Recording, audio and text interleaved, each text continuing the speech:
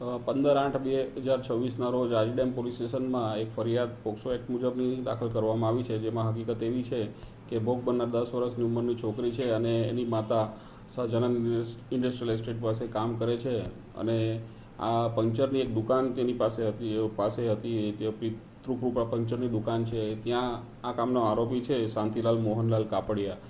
એ પંચરની દુકાન ચલાવે છે અને એ દુકાનની અંદર આ છોકરીને વેફર અને ચોકલેટની લાલચ આપીને ભોગ બનનારને અંદર દુકાનમાં બોલાવવામાં આવેલી અને એના ગુપ્તાંગને મોંમાં લઈને એ રીતે ખરાબ કૃત્ય કરેલ છે. એ બાબતે પોક્સો એક્ટ મુજબનો ગુનો દાખલ કરવામાં આવ્યો છે. આરોપીને અટક કરી લેવામાં આવેલ છે.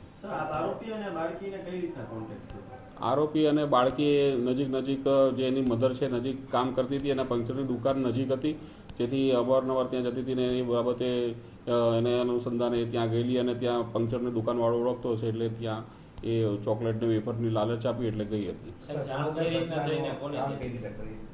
આ જે પંચરની દુકાન છે ત્યાંમાં એક સાહેબ છે જે એના અંડરમાં કામ કરે છે, આરોપીના આલોકગીરી નામ છે એનું, બાવાજી છે. તો એને એની માતાને જાણ કરી કે આ રીતે તમારી છોકરી સાથે આ આરોપી છે ખરાબ સંબંધ રાખે છે અને ગંદુ કામ કરે છે. જે બાબતની એની માતાને જાણ થતાં એની છોકરીને પૂછપરછ કરતાં સત્ય હકીકતને જાણ થયેલી અને આ બાબતે ફરિયાદ કરવામાં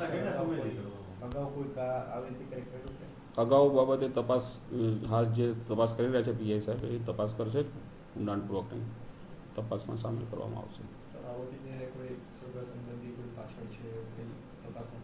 આરોપીને એવું જાણવા મળ્યું છે કે કોરોના દરમિયાન એના પત્નીનું મૃત્યુ થયેલું અને એક બાળક પણ હતું, એનું મૃત્યુ થયેલું અને હાલ આરોપી એકલો રહે છે.